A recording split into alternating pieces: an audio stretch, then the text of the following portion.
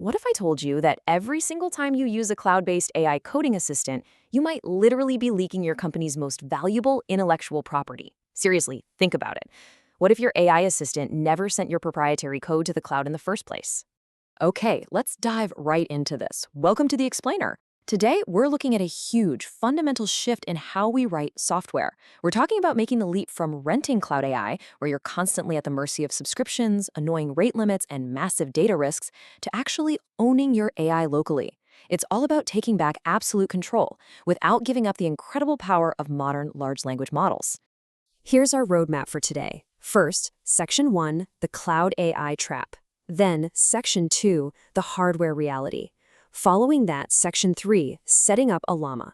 Then, Section 4, VS Code Integration. And finally, Section 5, Optimization and Troubleshooting. Let's get right to it. Section 1, the Cloud AI Trap. Before we get into the how of building a local setup, we really need to call out the hidden enemy in our current development workflows: $3,000. Let's just run the brutal financial math for a second here. If you're paying, say, $20 a month for a cloud AI service like ChatGPT Plus or Claude Pro, and throwing in another $10 for something like GitHub Copilot, you are burning through $3,000 over a 5-year period. And, that's assuming they don't hike up their prices, which, let's be real, subscription services almost always do.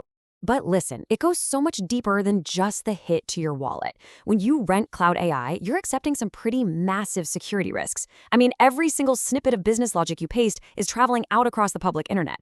On top of that, you get hit with strict rate limits, endless recurring fees, and network latency. Now contrast that vulnerability with owning local AI.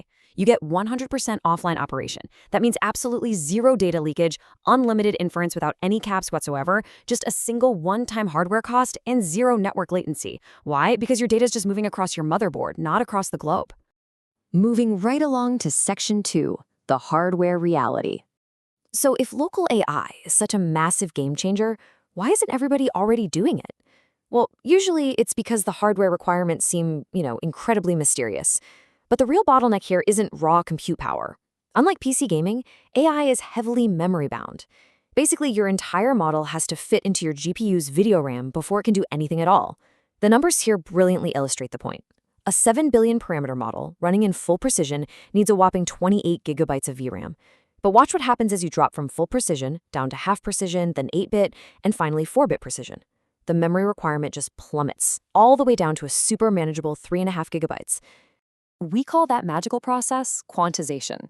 Think of it like this. It's like compressing a massive 4K video file so it fits easily on a cheap thumb drive, but without losing the important details of the movie itself. By reducing the mathematical precision of the model's parameters, we can literally compress these massive models to fit perfectly onto standard consumer hardware. It makes a normal 12 gigabyte GPU totally viable, all while keeping 95 to 98% of the AI's original capabilities. Pretty amazing, right? All right, let's look at Section 3, Setting up Ollama. Now that we know your everyday consumer hardware can totally handle this, how do we actually get the AI running without needing a PhD in computer science? Well, enter Ollama. You can think of it essentially as the Docker for AI models. And the setup? It is incredibly fast and snappy. Step 1, just download the installer from ollama.com. Step 2, run the executable, which installs completely silently in about 15 to 30 seconds. And step 3, you just open up your terminal and literally type Ollama run Mistral. And that's it. Seriously, no tangled Python virtual environments and absolutely no nightmare manual CUDA driver installations to deal with. In under 60 seconds, all the magic just happens behind the scenes. Ollama automatically pulls the 4.1 gigabyte quantized model. It auto-detects your specific hardware acceleration, loads those weights straight into your GPU's VRAM, and spins up a local API server. Literally, in the time it takes you to go grab a cup of coffee, you've got a highly capable 7 billion parameter neural network running entirely offline right there on your machine. Next up is Section 4, VS Code Integration. Okay, having a chat interface in your terminal is a lot of fun, sure, but the true superpower here is plugging this completely offline AI directly into your daily development environment. This is where a free open source extension called Continue completely replaces GitHub Copilot for you. It's just a simple 3-step process to hook them up. First, install the Continue extension right in VS Code. Next, jump into the extension settings and click Auto Detect Local Models. And finally, just select your downloaded Ollama model from the dropdown. Boom. Continue instantly recognizes your local API server and starts routing all your requests straight to your local hardware.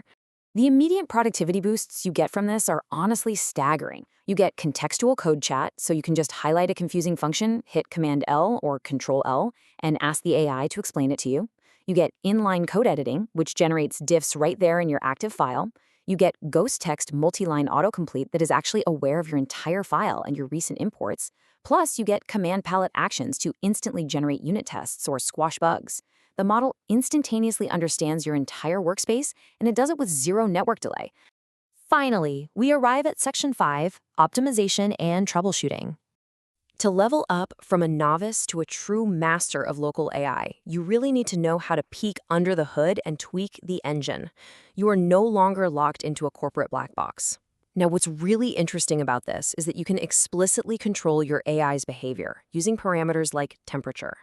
This setting ranges from 0.0 to 2.0, and it strictly controls the randomness, the creativity, and the overall determinism of the AI's generated output. Let's bust the jargon here with a really simple word probability analogy. Imagine the AI is trying to predict the next word after the phrase, "the cat sat on the." The word mat might have a 65% probability, while a crazy word like moon only has a 1% probability. If you set your temperature to 0, the AI acts entirely deterministically. It's going to play it safe and always pick mat. But if you crank that temperature all the way up to 1.5, the probability distribution flattens out, and it might just creatively pick moon. Now, when we're generating code, we absolutely need syntactically correct, predictable output, right?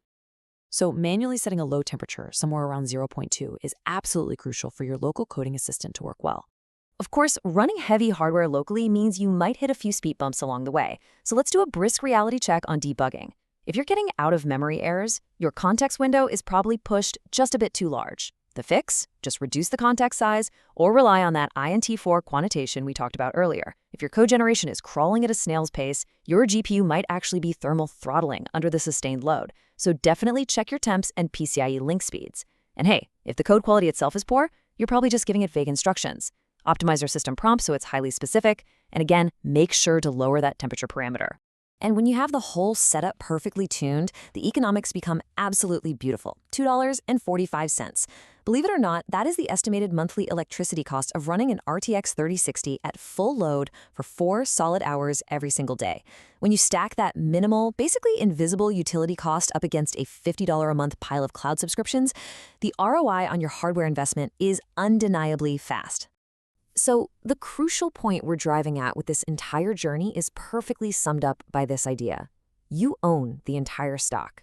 Your intellectual property stays on your SSD. You've successfully reclaimed your AI sovereignty. This completely celebrates the massive shift away from corporate dependency. Think about it. You are no longer subject to sudden terms of service changes, surprise rate limits, or random internet outages. You have absolute digital independence. At the end of the day, this isn't just about saving a few bucks. It's about fundamentally shifting the balance of power back to you, the developer, and plugging the constant leak of your proprietary code.